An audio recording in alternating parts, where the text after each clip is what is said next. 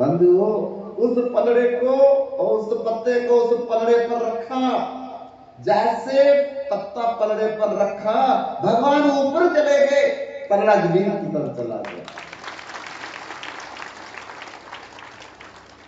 ऐसी तुलसी की महिमा भी जान करके अगर हम अपने घर में तुलसी पेड़ ना लगा करके 4 परिक्रमा नहीं करते हैं, जल नहीं देते हैं, अगरबत्ती नहीं देते हैं, दीप दान नहीं करते हैं, तो फिर बताओ धन का अभाव खत्म नहीं हो सकता, मुकदमा खत्म नहीं हो सकता, कला क्लेश खत्म नहीं हो सकता, पितृ दोष, भूमि दोष, द्रव दोष, मंत्र दोष, वास्तु दोष, जितने भी दोष हैं घर के अंदर उल्टा सीधा बन गया, तुलसी का पेड़ लगा दो ईशान दिशा में, पूर्व दिशा में, बस बाथरूम के दरवाजे के सामने नहीं, जूती पहन करके ना जाओ, बिना नहाए ना जाओ, बस सारे दुनिया के दोष खत्म हो जाएंगे केवल तुलसी का पेड़ लगाने से। बंधुओं,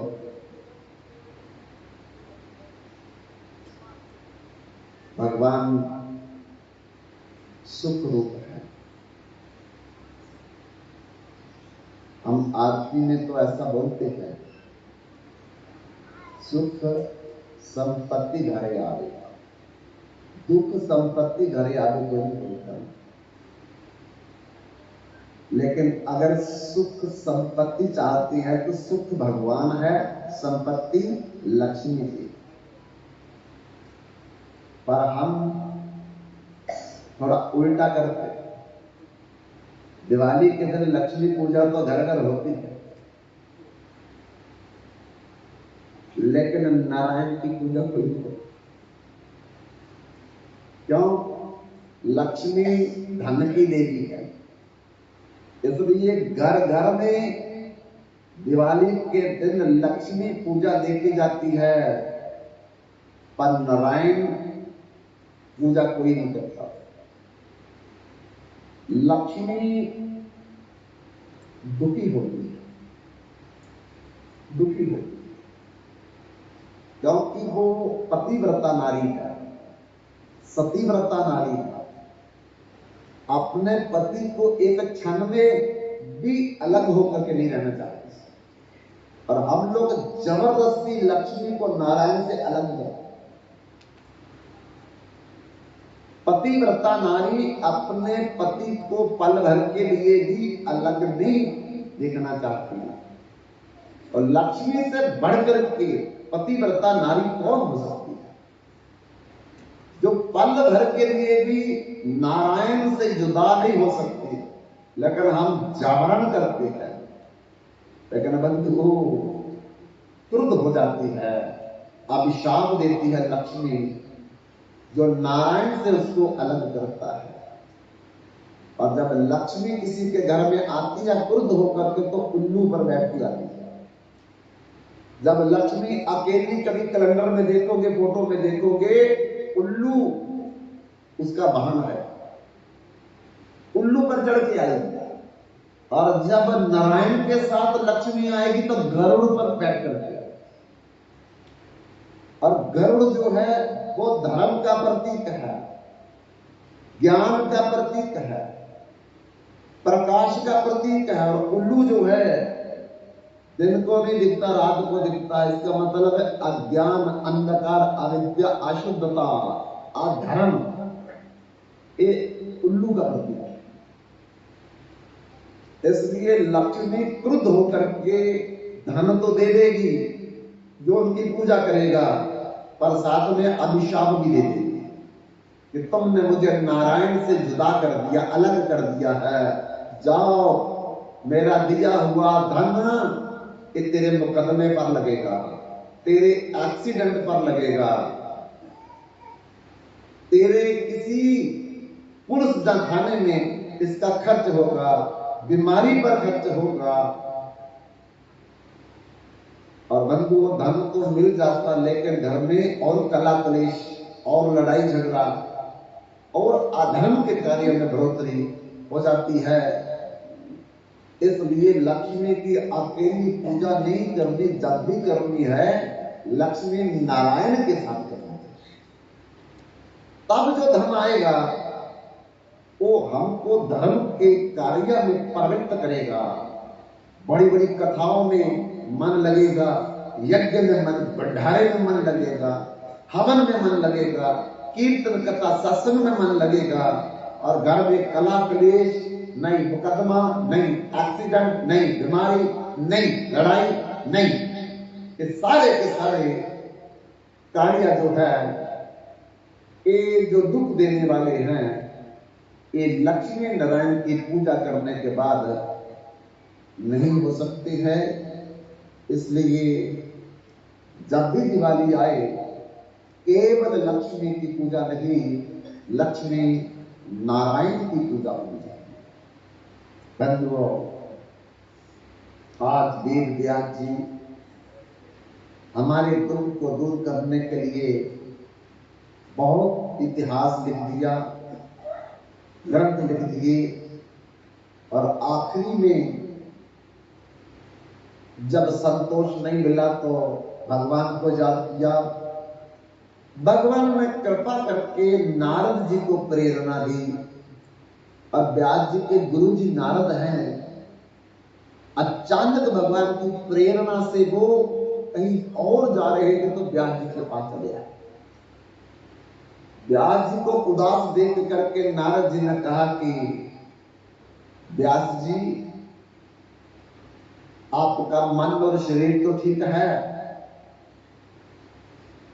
हाल चाल ठीक है। तो व्यास जी ने कहा, ना हाल ठीक है, न चाल ठीक है, न मन ठीक है, न तन ठीक है। क्योंकि मन ठीक ना हो तो तन भी ठीक नहीं रहता, तन ठीक ना हो तो मन भी ठीक नहीं रहता। दोनों एक दूसरे से कनेक्टेड है। इसलिए तन को भी तंदुरुस्त रखना हमारा कर्तव्य बनता है कि मन ठीक रहे, और मन को तंदुरुस्त रखना भी हमारा कर्तव्य है ताकि तन ठीक रहे। दोनों का परस्पर संबंध है। तो व्यास जी ने कहा कि ना तन ठीक है, ना मन ठीक, ना हाल ठीक, न चाल ठीक। क्या बात है गुरुदेव, मैंने इतना ग्रंथ लिखा है कि जितना कोई लिख नहीं सकता, पर लिखने के बाद भी मुझे संतुष्टि नहीं हो रही, जैसे कोई कमी रह गई है। नारद जी ने कहा कि आपसे गलती तो नहीं हो सकती, क्योंकि आप तो भगवान के अवतार हैं, पर फिर भी आपने जो लिखा है, क्या सोच के लिखा, थोड़ा सा बता दो। व्यास जी ने कहा कि देखो, इस संसार में 4 पुरुषार्थ हैं, और चारों पुरुषार्थ के लिए मैंने लिखा है। धर्म, अर्थ, काम और मोक्ष। बंधुओं, धर्म पहले रखा है। अगर धर्म से हम लोग को दूसरे नंबर पे अर्थ है, धन कमाएंगे, अर्थात मेहनत करके जो धन कमाएंगे, और तीसरे नंबर पे काम, मैंने कामना, अपनी कामना जरूरतें पूरी करेंगे, आखिरी में उस व्यक्ति को मोक्ष की प्राप्ति होती है। लेकिन आज उल्टा हो गया है। क्या? अर्थ प्रधान हो गया है, धर्म को गौण कर दिया है। किसी भी प्रकार से धन आना चाहिए, चाहे जेब काट के आ जाए, चाहे गले काट के आ जाए, चाहे ताज फेर के आ जाए, चाहे नशा बेच के आ जाए, चाहे हिंसा करके आ जाए, धन आना चाहिए। धर्म की कोई टेंशन नहीं है। बंधुओं, यही हमसे गलती हो रही है। ये थोड़ा सा ध्यान देना पड़ेगा कि धर्म पहले है, और फिर अर्थ, फिर काम, फिर मोक्ष। लेकिन हम अर्थ को पहले कर दिया है, फिर बाद में अधर्म हो रहा है, उल्टा हो गया। उससे हम दिन भरिया की अपनी इच्छा पूरी कर रहे हैं, चीजें पूरी कर रहे हैं, तो फिर मोक्ष तो मिलेगा नहीं। हम लोग जकड़ते जा रहे हैं इसी संसार के अंदर। तो बंधुओं, जब व्यास जी ने कहा कि मैं कलयुग के जीवों को सुखी बनाने के लिए धर्म, अर्थ, काम और मोक्ष, इन चारों पुरुषार्थ की व्यवस्था की है, लेकिन नारद जी ने कहा यही तो तुमसे गलती हो गई।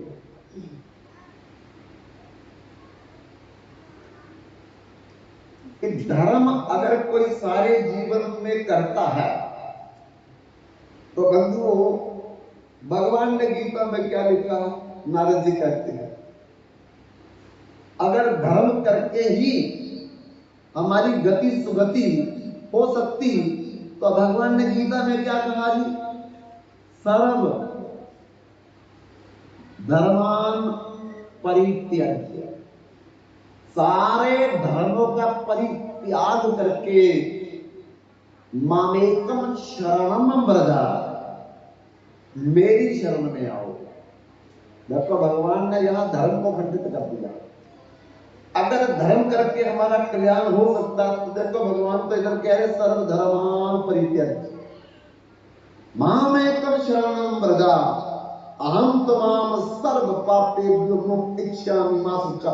हर धर्म में अधर्म भी होता है साथ, कोई भी धर्म करेंगे उसमें अधर्म भी साथ होगा, मिश्रण है दोनों का। जैसे कोई भी पुण्य करेंगे तो पाप भी होगा, पाप करेंगे तो पुण्य भी होगा, ऐसे धर्म करेंगे तो अधर्म भी होगा। तो फिर हमको अगर धर्म करने के बाद स्वर्ग मिलेगा और फिर उसके बाद नरक भी मिलेगा। क्यों? क्योंकि धर्म करने के बाद उच्च लोगों की प्राप्ति होती है, लेकिन कब तक, जब तक हमारे पुण्य कर्म जीवित रहते हैं। जब हमारे पुण्य कर्म समाप्त हो जाते हैं तो उस समय फिर हमको स्वर्ग से गिरा दिया जाता है। जैसे किसी ने 5 स्टार होटल में कमरा बुक कराया, लेकिन कमरा बुक कराने के साथ साथ पहले जमा करवाने पड़ते हैं पैसे, और जब पैसे खत्म हो गए तो आगे बोलने के लिए भैया एक कमरा खाली कर दो, तुम्हारे रुपये खत्म हो गए हैं, जा और पहले जमा करवाओ, जा फिर कमरा खाली। ऐसे ही 5 स्टार होटल स्वर्ग है, और स्वर्ग में हम लोग अपने पुण्य जमा करवाएंगे तो कमरा मिल जाएगा रहने के लिए।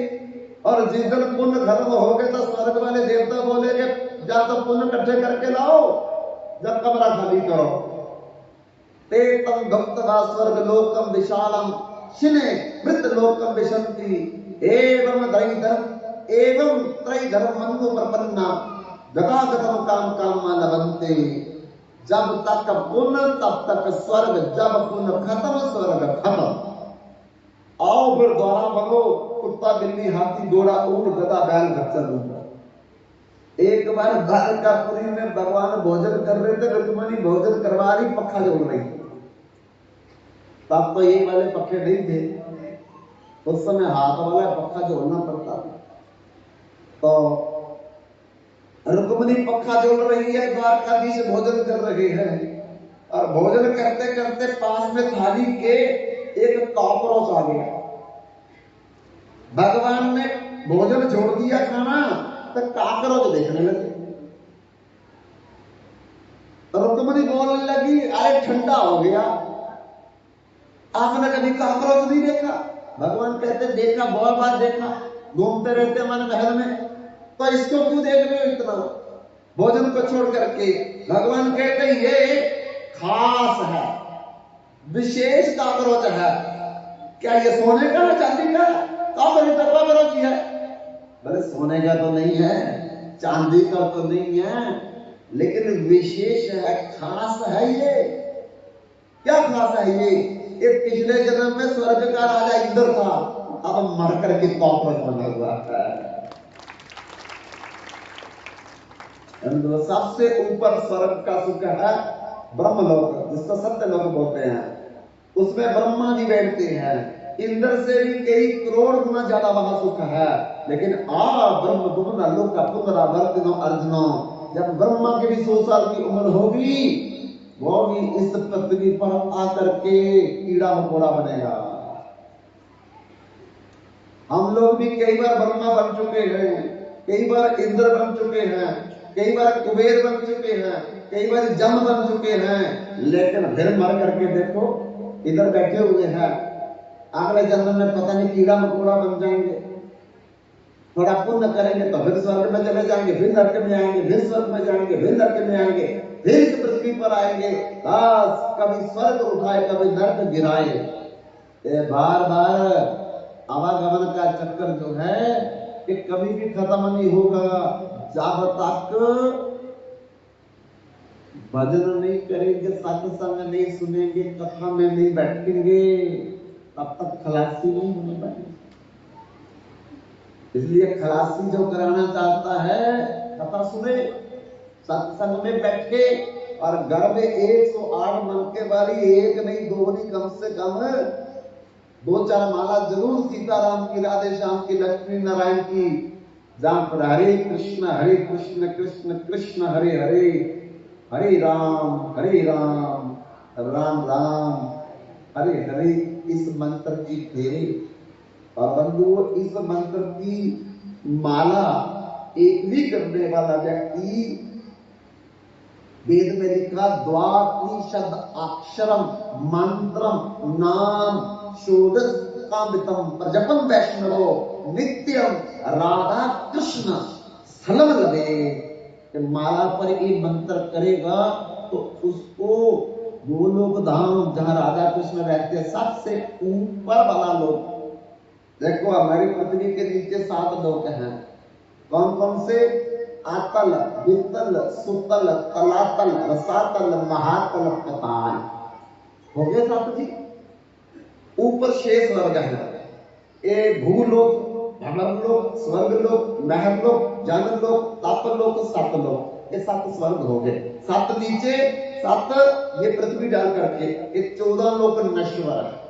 आज तक हम 14 लोक में करोड़ों बार जा चुके हैं, करोड़ों बार सुख भोग चुके हैं, करोड़ों बार महलों में रह चुके हैं, करोड़ों बार पृथ्वी पर आकर के मनुष्य बन चुके हैं, पर किसी भी जन्म में हमने सत्संग नहीं सुना, हमने कथा में मन नहीं लगाया, हमने भगवान का भजन माला करने किया। इसीलिए पुनरपि जननम पुनरपि मरणम पुनरपि जननी जठरे शयनम एहे संसारे खलु दुस्तारे कृपा पारे पाहि मुरारे। भगवान शंकर कहते भज गोविंदम गोविंदम भज मोर मते। अरे गोविंद का भजन कर लो, राधा गोविंद बोल लो, सीताराम बोल लो, राधे श्याम बोल लो। नहीं बोलेंगे तो 84 के गेड़ में फंसे रहेंगे। पंडा पंडारिया किन्ना की पार एक मुठ चुकले दूजी, बस इसीलिए अभी भी हमें जागने को लगी है। बंधुओं, कितना भी अपने घर की चौकीदारी कर लो, लेकिन मरने के बाद फिर कुत्ता बनकर के चौकीदारी करनी पड़ेगी। मनुष्य तो बनेंगे नहीं, बिना भजन से मनुष्य नहीं बनेंगे, फिर कुत्ता बनकर के करना पड़ेगा। कितना भी भार अपने गृहस्थ का उठा लो, लेकिन बिना भजन से गधा बनना पड़ेगा, फिर उसी घर का कर्जा उतारना पड़ेगा गधा बनकर के। इसलिए भज रे भज मंद अति मंदमती, भजन बिना गति नहीं रे। भजन के बिना आज तक किसी का उद्धार नहीं हुआ है। इसलिए ये 14 भुवन कहते हैं, ये 14 लोक में ही हम लोग अनंत काल से कभी ऊपर कभी बीच में, कभी नीचे, कभी ऊपर कभी बीच में, कभी नीचे, ऐसे घूमते जा रहे हैं। अनंत बार भूत प्रेत चुड़ैल हम बन चुके, अनंत बार हम देवता गंधर्व किन्नर चांद नाग बन चुके हैं। अनंत बार PM CM DM SDM AGM BM LM बन चुके, नेता चहेता अभिनेता बन चुके हैं। कुछ नहीं बना, खाली खाली रह जाते हैं। जब तक के 14 लोग को पार करके आगे बिरजा नदी है, वो बिरजा नदी में स्नान होगा। भजन के प्रताप से ये 14 लोगों को पार कर देंगे, अपलिफ्ट करेंगे। फिर बिरजा नदी आएगी, बिरजा नदी में स्नान होगा। फिर हमारा अनंत काल से मिला हुआ सूक्ष्म शरीर, कारण शरीर, ये भी उतार दिया जाएगा। ये तो इधर ही उतर जाएगा, लेकिन वो नहीं छूटता हमारा, वो पीछा नहीं छोड़ता अनंत काल से, वो हमारे साथ ही है। और बिरजा नदी में स्नान जब होगा भजन के प्रताप से, तो वो भी उतार लिया जाएगा। फिर आगे दिव्य शरीर मिलेगा, उसके बाद दिव्य शरीर मिलेगा। और दिव्य शरीर जो है आगे फिर यात्रा कर सकता है। उस शरीर के बिना हम आगे यात्रा नहीं कर सकते। तो बिरजा के बाद क्या होगा? निर्विशेष लोक, फिर सिद्ध लोक, फिर मायावी लोक, फिर मुक्ति लोक, मोक्ष लोक, फिर उसके बाद शुरू हो जाएगा शिवलोक। फिर शिवलोक के बाद आएगा अनंत कोटि वैकुंठ लोक। आज तक जितने भी भगवान के अवतार हुए हैं उतने भगवान के लोक हैं, वैकुंठ लोक है। वो वैकुंठ लोक से ऊपर है अयोध्या लोक। भगवान राम के भक्त, सीताराम के भक्त उस अयोध्या लोक में जाते हैं। और उसके नीचे लक्ष्मी नारायण के भजन करने वाले लोग रहते हैं। राम भगवान के उसके भी ऊपर चले जाते हैं। उसके ऊपर जो है द्वारकापुरी है, मथुरा, और उसके ऊपर द्वारकापुरी, उसके ऊपर है गोलोक धाम, जहां राधा कृष्ण अनंत पंखड़ियों वाले सोने कमल के फूल के ऊपर विराजमान है। अनंत कोटि सखियां गोपियां उनकी सेवा, ललिता, विशाखा, चित्रलेखा, तुंगविद्या, सुदेवी, भूदेवी सब सेवा करती है। ओ लोग में हम लोगों ने जाना है। यात्रा बड़ी लंबी है, पर हमारे पास तो टाइम नहीं घर से निकलने का कि चलो 2 घंटे सत्संग भी सुनाए, तो इतनी लंबी यात्रा कैसे करेंगे हम लोग? बंधु, होली भी इसी जन्म में है और कोई जन्म नहीं मिलेगा। इसलिए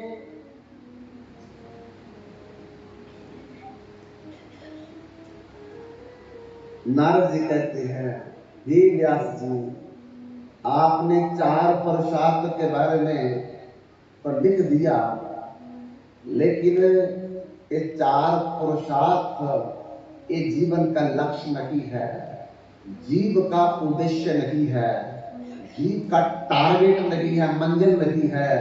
इससे ऊपर है कुछ, वो कल बताएंगे। नारद जी ने व्यास जी को कहा, हम भी कल ही बताएंगे। वंशा कल्पतरुभ्यश्च कृपा सिन्धुभ्यैव च पतितानां पावनेभ्यो वैष्णवेभ्यो नमो नमः।